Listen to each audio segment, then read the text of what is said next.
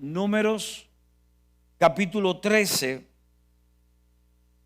nos habla de una historia en la cual ya prácticamente ellos entrando al pueblo de Israel, liderado por Moisés, prácticamente entrando a lo que es llamado como la tierra prometida, ese lugar donde Dios con anticipación le había hablado ya a Abraham de entregarle un lugar de bendición, un lugar donde no solamente iban a ser bendecidos, sino que iban a ser multiplicados ellos y que se iba a convertir como, diríamos, ¿verdad?, ese epicentro para desde ahí entonces todas las naciones, todas las familias fuesen bendecidas. Y número 13 relata la historia de dos grupos de personas que podemos verlo retratado, si podemos decirlo así, en nosotros hoy día. Moisés envía a 12 hombres con la misma trayectoria, el mismo perfil, eran príncipes, personas que venían de familias con promesas, 12 hombres que habían sido criados, habían sido formados en un mismo contexto. Y Moisés se lo envía a ellos a explorar ese lugar de bendición, ese lugar de promesa, ese lugar de cumplimiento. Número 13 registra de cómo estos 12 hombres al entrar a este lugar, entrar en esta tierra, ven el fruto de la tierra que Dios le había hablado ya de antemano. Dice que toman una muestra del fruto de la tierra. Ciertamente ven los habitantes del lugar, eran hombres de guerra, eran personas de alta estatura, gigantes, si podemos utilizar ese término. Y ellos toman la evidencia del fruto de la tierra y van a darle reporte a Moisés. Y es interesante cómo estos dos grupos de personas, eran 12, pero dentro de los 12 se dividieron en dos grupos. Y le explico por qué. Dentro de estos dos grupos de personas, expuestos a un mismo lugar ahora, expuestos a una misma experiencia, pueden tener dos perspectivas diferentes de las cosas. 10 de ellos, como lo conocemos como los que dieron el mal reporte, 10 de ellos cuando llegan al pueblo con el fruto de la tierra, comienzan a declarar ciertamente la tierra es buena, el fruto es bueno, aquí traemos muestra del fruto, pero los habitantes de ese lugar son gigantes, son guerreros. Nosotros le parecíamos a ellos como langosta. Creemos que si entramos a ese lugar, estoy parafraseando, si entramos a ese lugar, a pesar de la promesa de Dios, si entramos a ese lugar, estamos convencidos que vamos a ser destruidos. El otro grupo, formado solamente por 2 de ellos, conocemos los nombres, Josué y Caleb, dieron un reporte totalmente diferente. Dice, no, espérense tranquilo, cállense. Se dieron cuenta cómo el reporte, cómo las declaraciones de esos 10 comenzaron a amargar, a entristecer el corazón de todo un pueblo, siendo influenciado por la negatividad, por la incredulidad, por el temor, como tú quieras llamarle. De esos 10, 2 de ellos comienzan a decir, no, yo quiero que vamos a detenernos, yo quiero que escuchemos esto. Es cierto que hay gigantes, es cierto que son guerreros, es cierto, y ellos no mintieron, ellos no negaron una realidad que había en ese lugar, no negaron una amenaza que le esperaba en ese lugar. Sin embargo, ellos dijeron, pero nuestro Dios nos va a dar la victoria, nuestro Dios nos va a entregar, nuestro Dios.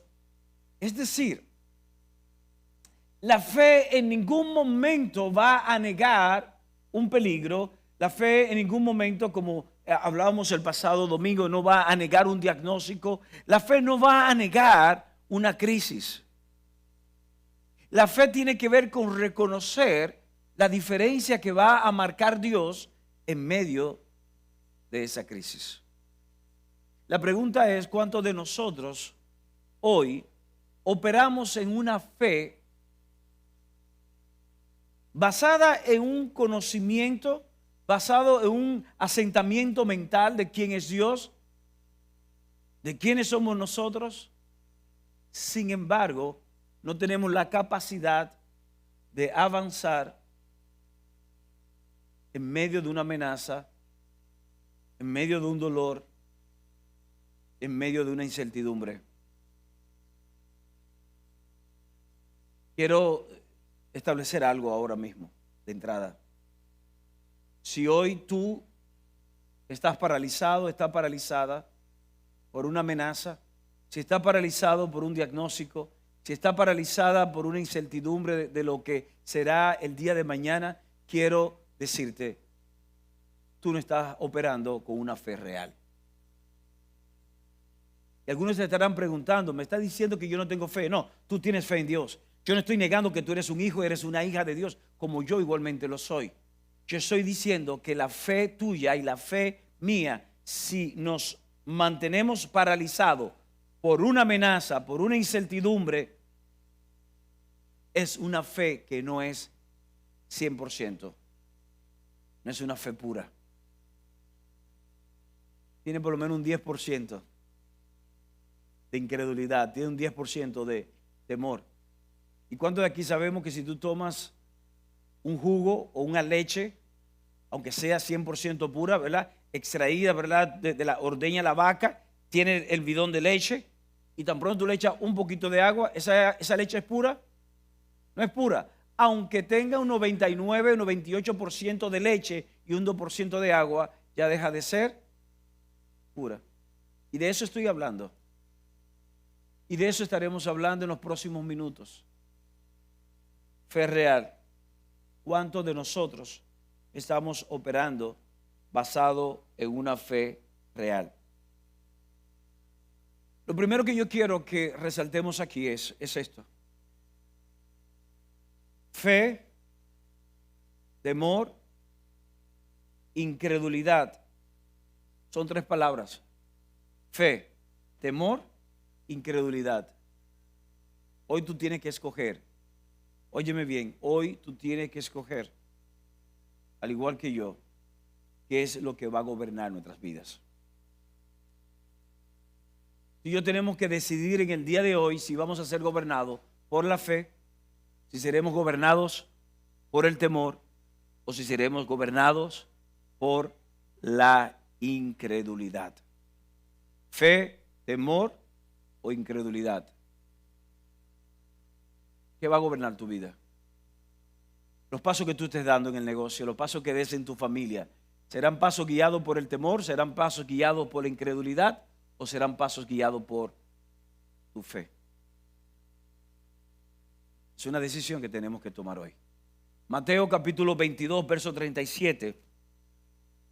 Quiero leerlo rapidito. Mateo, nuestro Señor Jesús, hablándole a los discípulos, le dice: amarás al Señor, tu Dios, con todo tu corazón, con toda tu alma y con toda tu mente.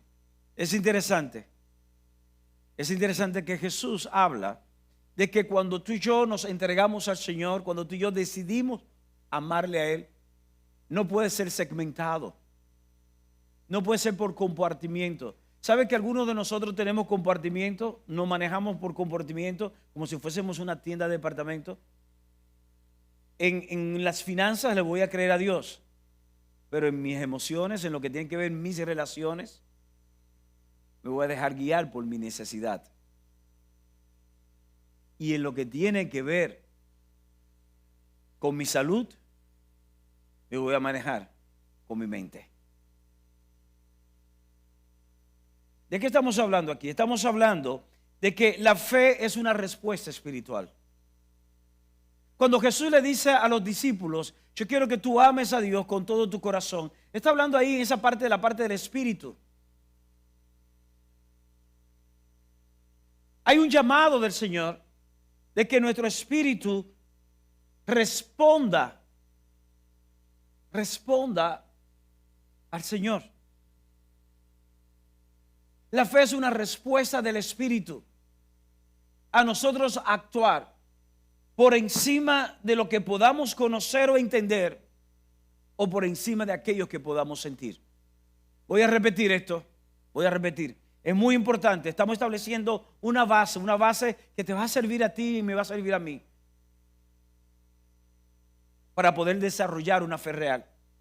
La fe es una respuesta espiritual que nos mueve, nos conduce a nosotros a dirigirnos por encima de lo que podemos ver, de lo que podemos entender o de lo que podemos sentir.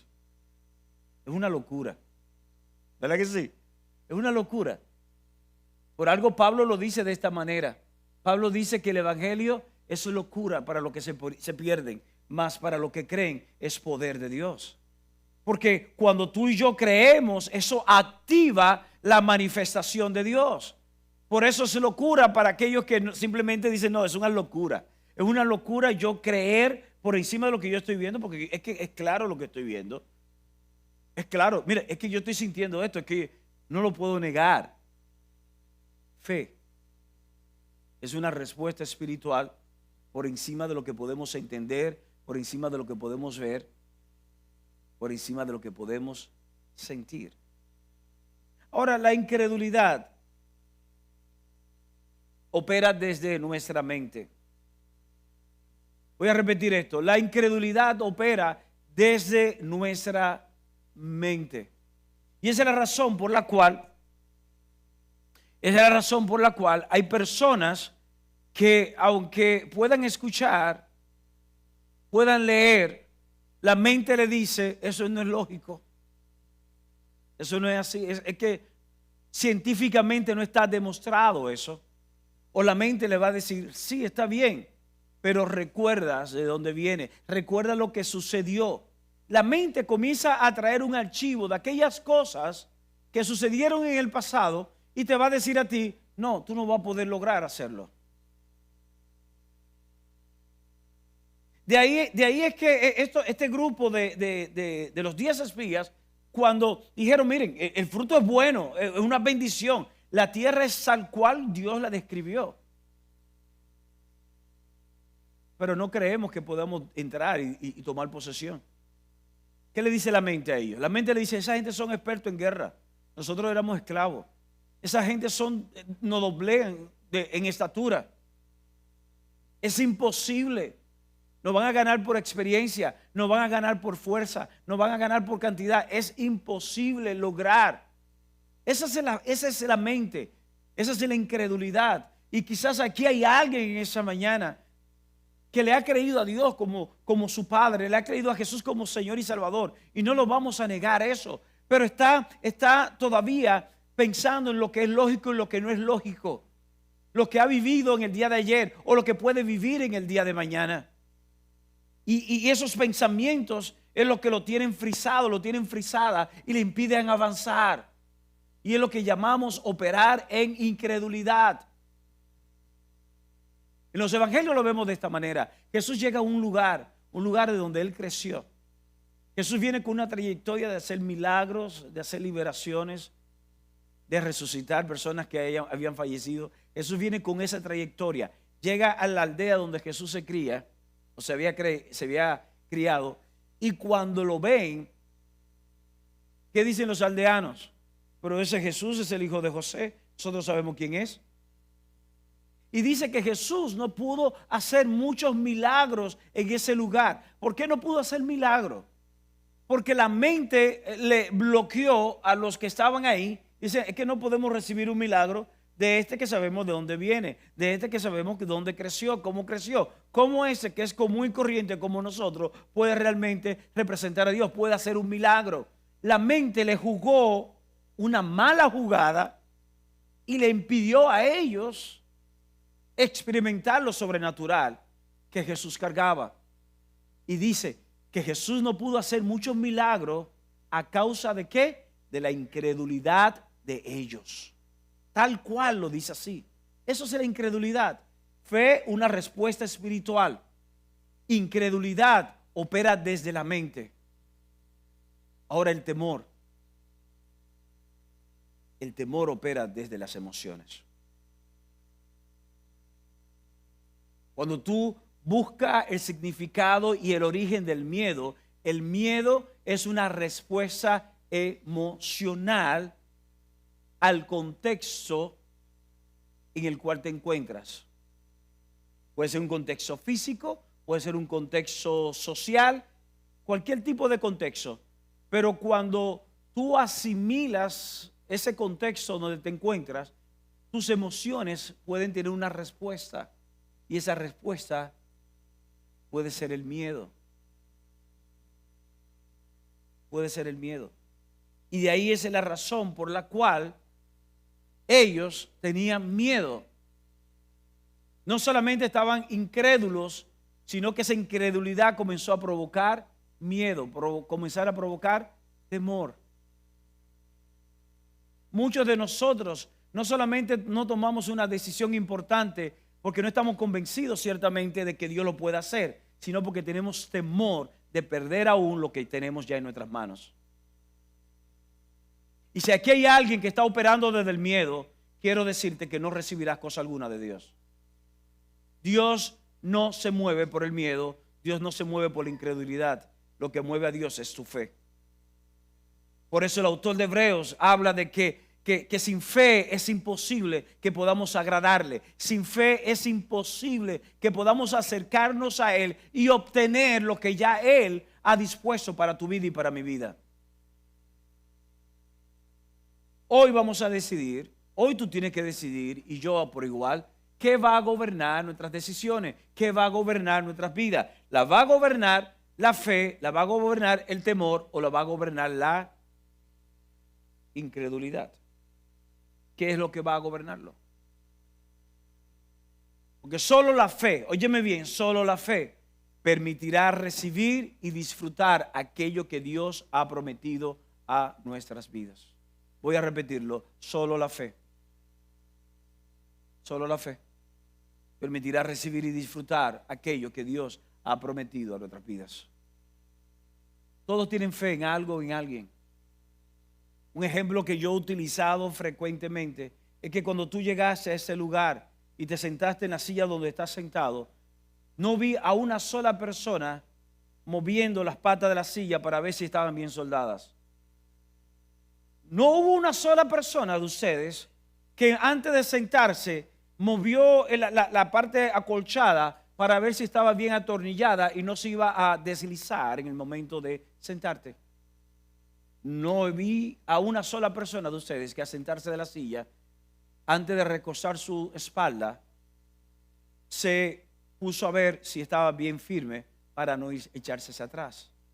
Cada uno de ustedes estaban plenamente convencidos por lo que vieron cuando llegaron, que esa silla estaban bien y que nosotros no somos locos para poner sillas de perfectas para producir un accidente a tu vida. Es decir, al tú llegar a este lugar, tú tuviste más fe en nosotros cuando colocamos esa silla para que tú pudieras sentarte y no caerte, que la fe que tú puedas tener depositada en momento determinado en Dios, que ha preparado todas las cosas desde antes de la fundación del mundo para que tú puedas caminar en ella. ¿Tienes más fe en mí y en las personas que organizamos las sillas que en las que tú puedes tener fe en Dios? Solo la fe permitirá recibir y disfrutar aquello que Dios ha prometido a nuestras vidas. Solo la fe. Hebreos, quiero que leerlo y vamos a darle un toque diferente hasta cierto punto. Hebreos 11, verso 1 y 2.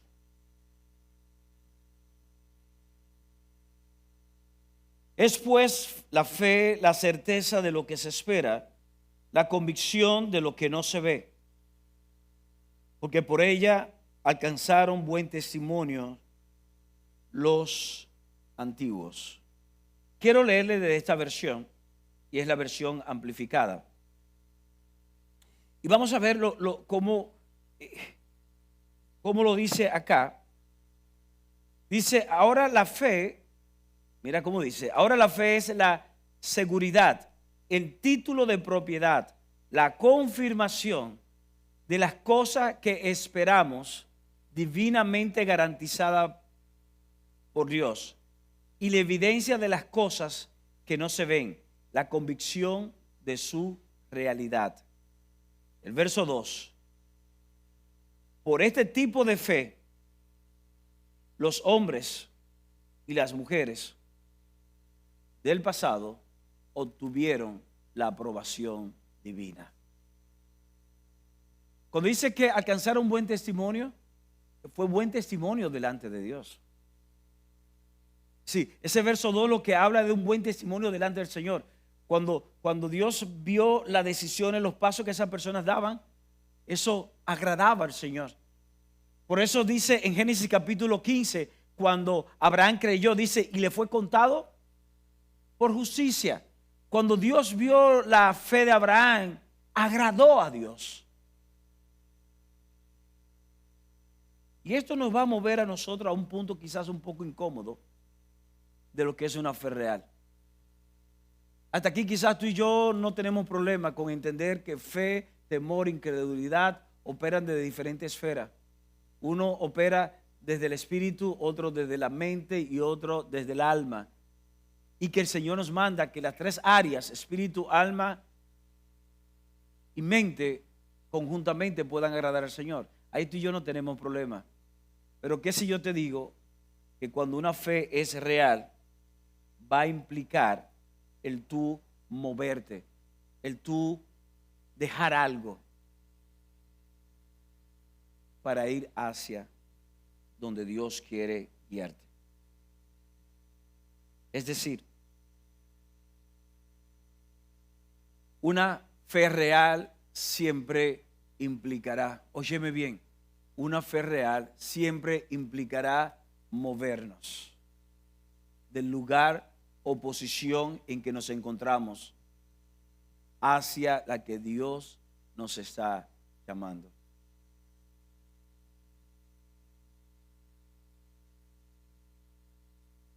Cuando estamos frente a una circunstancia adversa, cuando estamos frente a una dificultad mayúscula, nuestra respuesta no va a ser conforme a Dios, sino conforme a como tú y yo nos vemos delante de Dios. Si conectamos nuevamente a Números capítulo 13, dice que este grupo de los 10, de los incrédulos, de los temerosos, dice que cuando ellos comenzaron a dar reporte, dicen, nosotros éramos delante de ellos como langostas. Las langostas son insectos. Éramos como insectos delante de ellos. En pocas palabras, ellos se veían a sí mismos como insectos.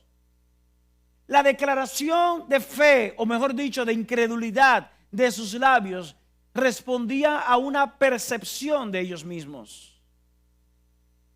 Muchas veces tú y yo inconscientemente hacemos declaraciones y no nos damos cuenta que esas declaraciones responden a cómo tú y yo nos vemos.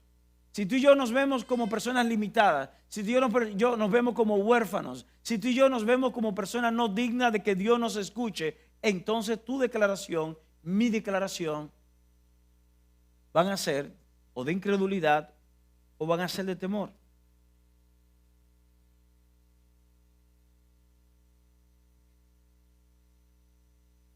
Si leemos nuevamente Números 13, toda la narrativa de ellos, de estos 10, giró en torno a ellos. No vamos a poder, no lo vamos a lograr, vamos a morir, mejor nos vamos para atrás, mejor no hubiese sido que Moisés no nos hubiese sacado. Todo giró en torno a ellos. ¿Y sabe por qué? Porque cuando tú y yo estamos siendo llamados por Dios, tenemos que aprender a descentralizarnos.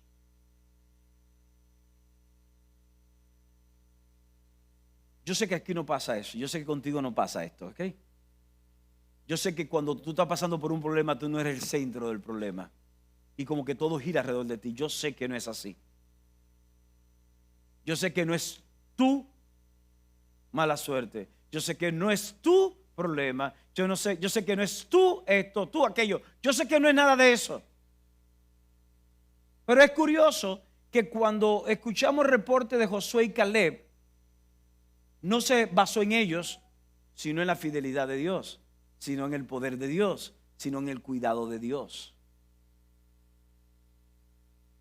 Todo eso, lo que te estoy llevando es que hay una posición que tú y yo hemos adoptado espiritual y emocionalmente, que para que podamos operar en una fe real tenemos que dejar esa posición.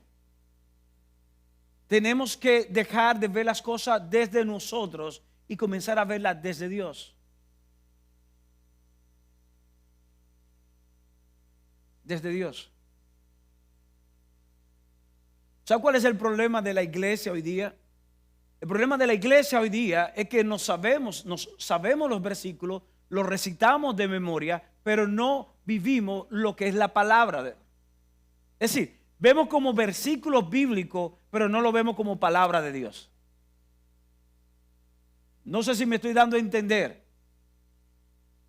Cuando tú y yo nos acercamos a las Escrituras como un libro y vamos a leer los versículos bíblicos y nos lo aprendemos y todo esto, es como cualquier libro de una materia asignada en el colegio o en la universidad. Pero cuando tú te acercas a ella como lo que es la palabra de Dios, es Dios hablando a tu vida, es Dios tratando contigo, es Dios revelándose a sí mismo. Y cuando eso sucede, entonces tu comprensión acerca de Dios y de quién eres en Dios va a cambiar. Y te vas a mover del centro y va a posicionar entonces a Dios. Tú no eres el centro. Esto no se trata del futuro glorioso que tú quieres disfrutar. Esto se trata de la gloria de Dios que se va a manifestar a través del futuro que Él ha preparado para ti. Y como un plus, tú lo vas a disfrutar.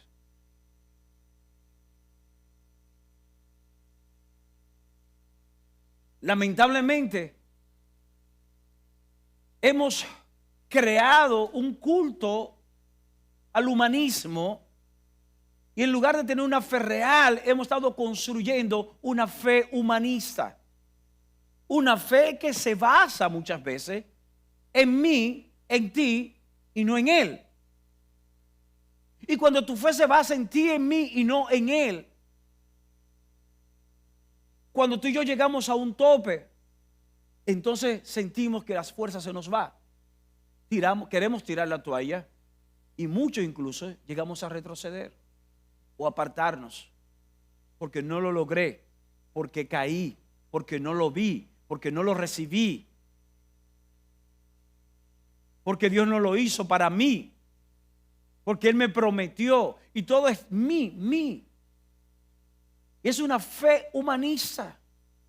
Muchas de las canciones que a veces cantamos tenemos que revisarlas constantemente, porque muchas de las canciones se trata de lo que yo quiero experimentar, de lo que yo quiero vivir, de lo que yo quiero ver, de lo que yo quiero alcanzar, y no se trata ya tanto de la gloria de Él, de la exaltación de Él. Una fe real nos va a mover y nos va a llevar a dejar algo que nos puede estar representando una bendición o una seguridad. En Hebreos 11, y voy a leerlo rapidito, dice acá,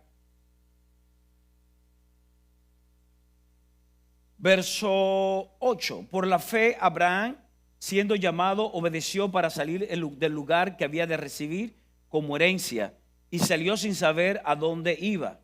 Por la fe habitó como extranjero en la tierra prometida, como en tierra ajena, morando en tiendas con Isaac y Jacob, coherederos de la misma promesa, porque esperaba la ciudad que tiene fundamento, cuyo arquitecto y constructor es Dios. Más adelante, verso 24, por la fe Moisés, hecho ya grande, rehusó llamarse hijo de la hija de Faraón, escogiendo antes ser maltratado con el pueblo de Dios que gozar de los deleites temporales del pecado, teniendo por mayores riquezas el vituperio de Cristo que los tesoros de los egipcios, porque tenía puesta la mirada en el galardón. Por la fe, ¿qué hizo? Dejó a Egipto, no temiendo la ira del rey, porque se sostuvo como viendo al invisible. Es curioso que estos dos hombres, estos dos gigantes de la fe, Abraham, Moisés, ambos, para manifestar una fe real y hoy poder leer y estudiar acerca de ellos, tuvieron que dejar algo que representaba seguridad, algo que representaba quizás una bendición. Abraham tuvo que dejar la tierra que iba a ser de él. Dice, la tierra que iba a ser su herencia, porque era la tierra de su padre. Era él dejarla, él dejaba su herencia terrenal con tal de alcanzar aquello que Dios tenía para con él. Estuvo dispuesto incluso a vivir en tiendas, no en un lugar fijo, con tal de alcanzar aquello a lo cual Dios le había llamado. Sabemos, ¿verdad? El proceso durante toda la trayectoria fue muy prosperado, fue muy bendecido, pero hubo una decisión, tuvo que moverse de un lugar, tuvo que dejar algo. Lo que pasa con nosotros que queremos lo mejor de los dos mundos. Lo que pasa con nosotros que muchas veces no queremos dejar nuestra comodidad, no queremos dejar nuestra zona segura, no queremos dejar ciertas cosas de las cuales ya estamos acostumbrados. Y ahora, ¿cómo yo puedo lograrlo? ¿Cómo yo puedo? No, espérate. No hay otra vía, no hay otra forma de hacerlo. Recuerda que dijimos que la incredulidad y el temor operan desde la mente y desde las emociones. Hay cosas que en tu mente tienes que dejarla. Hay cosas que en tu mente tú vas a tener que decir, ¿sabes qué? Yo soy una persona estructurada, yo soy una persona lógica, pero yo estoy dispuesto a creerle a Dios. Yo voy a estar dispuesto, voy a estar dispuesta. No estoy convencido totalmente, pero lo voy a creer a Dios. ¿Sabes qué? Yo no siento que deba de hacerlo. Yo no siento que quizás en mí hay una oportunidad mejor que esta, porque creo que esta es mi oportunidad.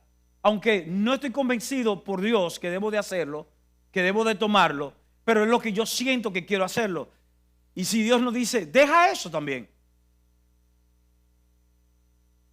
Pero una fe real está dispuesta a eso. Una fe real no se apega a personas ni se apega a bienes materiales. Una fe real se apega a Dios, se apega a sus promesas. Moisés dice que rehusó llamarse hijo de la hija del faraón, es decir, era el nieto del faraón, con todos los poderes que eso implica. Y no solamente rehusó eso, sino que adoptó una posición de ser perseguido. Se convirtió en el más buscado. Pero él no tuvo temor. Dice, porque se sostuvo como viendo al invisible. Porque eso es la fe. La fe tiene que ver con no solamente con una seguridad, es con una esperanza que se alimenta de esa seguridad, aunque tú no estés viendo.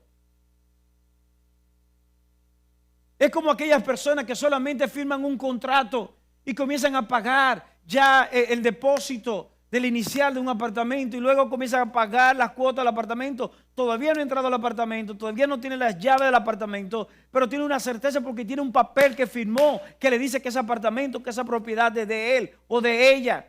Y esa seguridad y esa certeza quizás está en plano. Lo que tú estás viendo es un solar, pero tú estás pagando mensualmente. Porque aunque es un solar que ve en tus ojos, tu alma, tu espíritu está viendo una casa, está viéndote jugar en la sala con los niños, está viendo disfrutar en la cocina, disfrutar en las habitaciones, está viendo todas esas cosas, aunque solamente hay un solar. Tenemos más fe en las cosas que son temporales, pero las que son eternas, las que no se van a desvanecer, no le creemos. Y Dios nos dice hoy, hay cosas que tú tienes que dejar, hay cosas que tienes que moverte de tu dirección para poder recibir lo que yo te estoy llamando. Pero no queremos hacerlo. Y solo la fe es lo que va a permitir, óyeme bien, y lo voy a decir una y otra vez, solo la fe va a permitir que tú y yo podamos recibir, que podamos disfrutar aquello que Dios ha prometido a nuestras vidas. Solo la fe, solo la fe, solo la fe. Estuve viendo en las noticias ahora, en esta misma semana,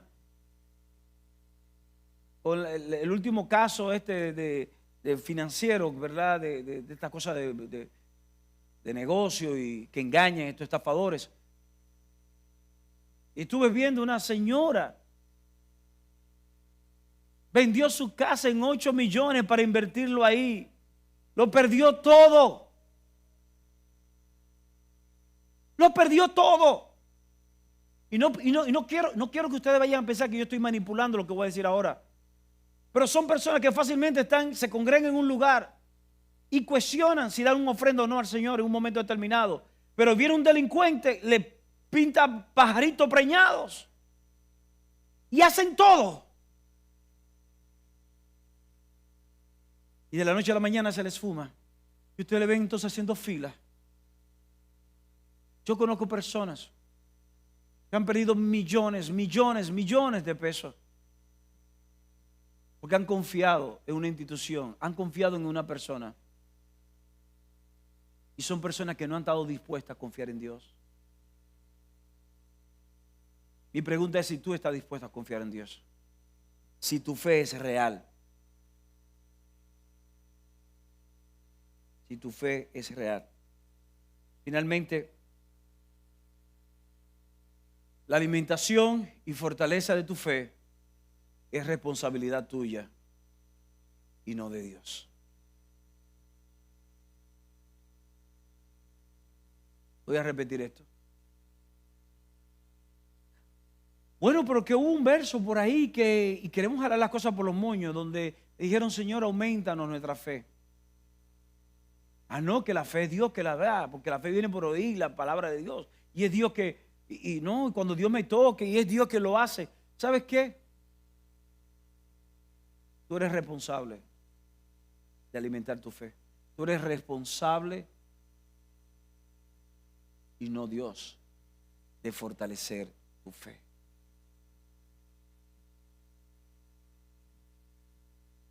Cuando vemos lo que sucedió con esta persona, cuando vemos lo que sucedió con ellos, con los incrédulos, ¿verdad? Con los 10, y fue que ellos olvidaron quién era Dios, olvidaron lo que Dios había hecho en la vida de ellos.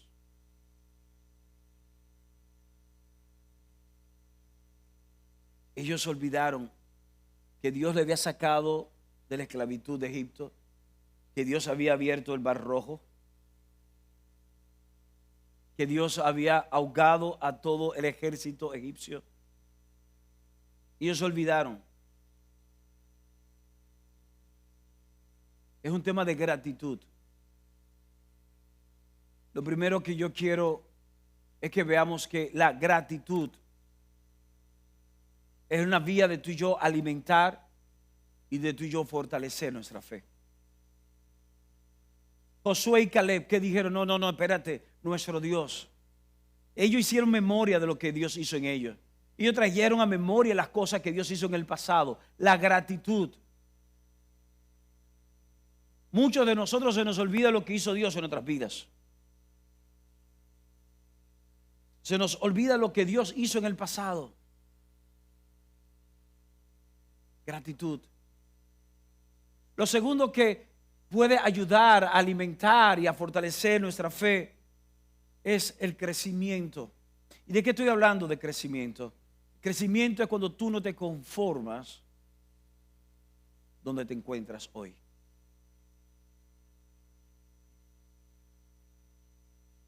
¿Hay algún doctor o doctora en medicina aquí? Veo acá. Tengo una doctora de frente. Yo estoy seguro que si esa doctora una vez se graduó, nunca más volvió a tomar un texto de medicina se quedó una nana como profesional. La única manera de ella crecer en la profesión, la única manera de mantenerse actualizada, la única manera de ella posicionarse en su oficio es cuando ella decide no acomodarse a un título que tiene colgado, sino que decide crecer todos los días. Tu fe es igual.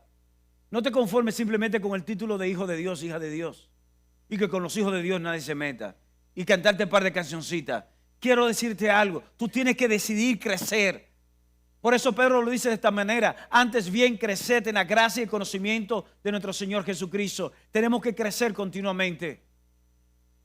Tenemos que nutrir nuestra relación con Él, cultivar nuestra relación con Dios.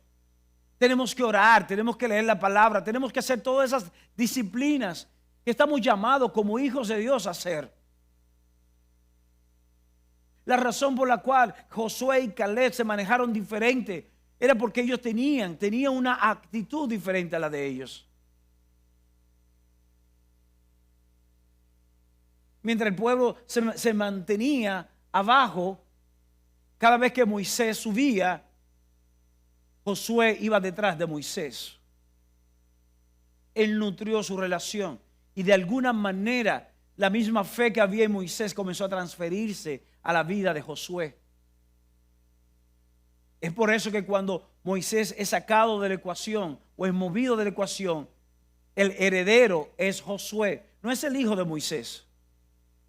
No fueron uno de los hijos de Moisés los herederos para llevar al pueblo. No fue Aarón el sacerdote, fue Josué.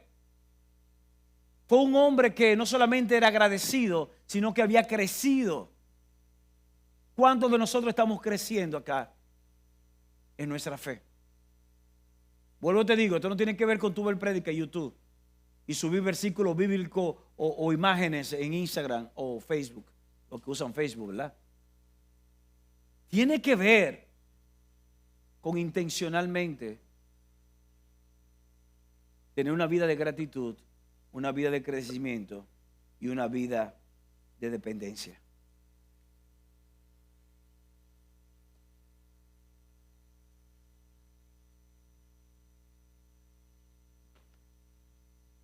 Gratitud, crecimiento, dependencia. Dice que Abraham dejó su herencia, dejó todo lo seguro con tal de alcanzar aquello a lo cual Dios le había llamado. Eso es gratitud. Abraham mejor dicho, eso es dependencia. Estaba dependiendo de una palabra, estaba dependiendo de una promesa. Fue el mismo Abraham que luego, y lo hemos citado mucho, cuando va a sacrificar a su hijo, aquel donde reposaba la promesa, él dependía de Dios. Él sabía que Dios iba a resucitar al muchacho, le iba a dar, no sé, algo iba a hacer Dios, pero él dependía de Dios. Dice que Moisés salió sosteniéndose como viendo al invisible. Eso es dependencia. ¿Cuántos de nosotros dependemos de Dios? ¿Cuántos de nosotros estamos dispuestos a depender de Dios?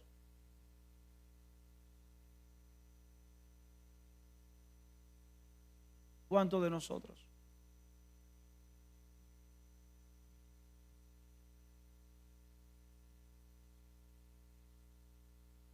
Es confiar.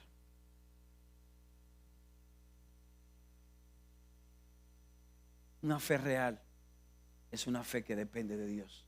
¿Estás dispuesto tú a depender de Dios en tu matrimonio? ¿Estás dispuesto a depender de Dios en tu negocio, en tu vida, en tus relaciones? ¿Estás tú dispuesto a hacer las cosas de la manera de Dios? No como tú piensas. Recuerda, no es operar bajo tu mente, no es operar bajo tus emociones. Fe real es una respuesta espiritual que nos guía a movernos por encima de lo que vemos, de lo que comprendemos o de lo que sentimos. Creo definitivamente que Dios nos está moviendo a nosotros como casa de fe a que operemos en una fe real. Yo voy a moverme en una fe real. No lo voy a negar que en momento determinado me he dejado influenciar por mi mente. y he calculado ciertas cosas. Y cuando calculo ciertas cosas, produce en mí temor. Y eso como que me paraliza. Pero ¿sabes qué? Yo he decidido depender. Depender. Y voy a traer a la memoria las veces que Dios me ha sido fiel. En que Dios me ha cuidado. De que su gracia se ha manifestado cuando yo le he obedecido. Y voy a crecer en los desafíos que tome. Porque he decidido depender de Él. ¿Quiénes hoy están dispuestos a que su vida, su día, el día de mañana, sea un día de gratitud, un día de crecimiento y un día de dependencia? Y que luego tú lo hagas eso el martes y el miércoles. Y luego eso sea parte de tu vida. Una vida de gratitud, una vida de crecimiento y una vida de dependencia. Fe real. Ponte de pie un segundo.